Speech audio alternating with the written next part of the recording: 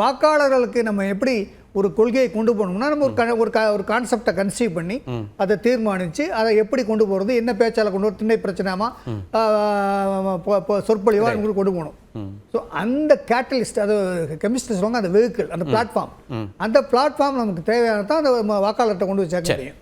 ஆனால் இங்கே தாவேகாக்கு என்ன ஒரு அதிசயம் அப்படின்னா மக்களே தீர்மானிக்கிறாங்க. சரி, இந்த கட்சி வரணும், தாவேகா வரணும், தாவேகாவுடைய தலைவர் விஜய் சார் வரணும் அப்படின்னு மக்களே ஒரு கான்செப்டை உண்டாக்கி அதை எதிர்பார்த்து மக்கள் சொல்றாங்க, நீங்க வாங்க சார், நீங்க வாங்க அரசியலுக்கு அப்படின்னு சொல்லி களத்துல இது பெறுது. இதுதான் புதுசு. மக்கள் ஏன் திரு விஜய் வரணும்னு கூப்பிடுறாங்கன்றீங்க? அதுதான் கரெக்ட். நல்ல கேள்வி, அருமையான கேள்வி.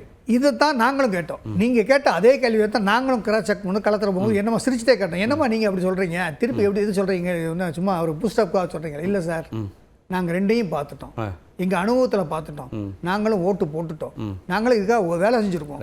நாங்கள் செஞ்சது வந்து ஓட்டு மட்டும் போடலை, களப்பணியிலையும் நாங்கள் உங்களை மாதிரி கொஞ்சம் எங்களால் முடிஞ்சதை செஞ்சுருக்கோம்.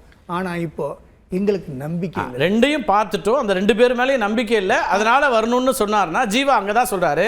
அப்போ செங்கோட்டையன் எங்கே இருந்தாரு, அவரை உள்ள கூட்டு வர்றதன் மூலமா அப்போ நீங்கள் மாற்று இல்லைன்னு ஆயிடுதுங்கிறாரு. அதாவது மாற்றுங்கிறது நம்முடைய கொள்கையில், ஆமாம், நம்முடைய கான்செப்டில் அதான் சொன்னால் பிளாட்ஃபார்ம் வேணும், அது வாக்காளர்கள் நம்பணும், இந்த வாக்காளருக்கு ஒரு நம்பிக்கை வேணும், அந்த வாக்காளருக்கு நம்ம செய்கிறதுல ஒரு திருப்தி வேணும். இப்போ பீகார் எலெக்ஷனில் ரெண்டு மெயின் டைம்ஸ் ஹிந்துவில் டீகோட் பண்ணாங்க. அந்த எலெக்ஷன் வெற்றிக்கு காரணமே மக்கள் வந்து நம்பிக்கை வச்சுருந்தாங்க, அப்புறம் அவங்க செய்த வேலையில் திருப்தி இருந்தது. அதே மக்கள் வந்து தாவேகா மேலே, தலைவர் மேலே நம்பிக்கை வைக்கிறாங்க, அப்புறம் தாவேகா முன்னெடுக்கிற இதில் வந்து நம்பிக்கை வைக்கல சார். அந்த நம்பிக்கைன்னு நீங்கள் சொல்கிறது, நான் சொல்ல, நீங்கள் சொன்னது என்னன்னா களத்துலேருந்து வந்தது ரெண்டு பேருக்கு மாற்றுன்னு நம்பிக்கை வைக்கிறாங்க. மாற்றாக இருக்கக்கூடிய இடம்னு நீங்கள் சொன்னால் ரெண்டு பேருன்னா அதிமுக சேர்த்து அங்கே இருக்கக்கூடிய முக்கியமான தலைவரை நீங்கள் கூட்டு வந்து உங்கள் நிர்வாக குழுவை அவர் வழி நடத்த போகிறார். 28 பேர் இருக்கக்கூடிய நிர்வாக குழுவை.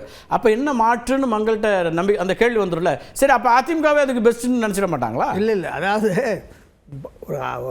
ஒரு சீனியர் வந்து ஒரு சின்ன ஒரு துருப்பு மாதிரி ஒரு போட்டு போது தள்ளாடிட்டே இருக்கு, அப்படிங்கும்போது ஒரு போட்டை தள்ளி விடுவாங்கல்ல கொஞ்சம் தூரத்துக்கு, அந்த மாதிரி ஒரு ஃபெசிலிட்டேட்டர் அவர். இப்போ ஜெயலலிதா அவர்களுடைய இதையும் ஏற்றுப்பீங்களா அப்படிங்கிற ஒரு கேள்விக்கு இன்னைக்கு பதில் சொல்ல முடியாத. அந்த மெடிக்கலில் சொல்லுவாங்க ரெஃபரன்ஸ். ஓகே, நாங்கள் மெடிக்கலில் என்ன சொல்லுவோம்னா ரெஃபரன்ஸ். சரி, அதாவது இந்த சர்ஜரி இப்படி பண்ணுறதா நம்ம இதை பண்ணலாம் அப்படின்னு பண்ணுவோம். ஸோ அதே மாதிரி தான் பொலிட்டிக்கலி வந்து யார் நல்லது பண்ணாங்களோ அவங்களுடைய இந்த பரமா அந்த பரமா பார்க்குறதுக்கு நான் தயாராக. ஆனால் ஒரு பொலிட்டிக்கல் ரெஃபரன்ஸில் ஒரு ஐகானிக் லீடருடைய சில பிளக்ஸ்களை வந்து அரசியலில் வந்து ரெஃபரன்ஸாக எடுத்துக்கணும்.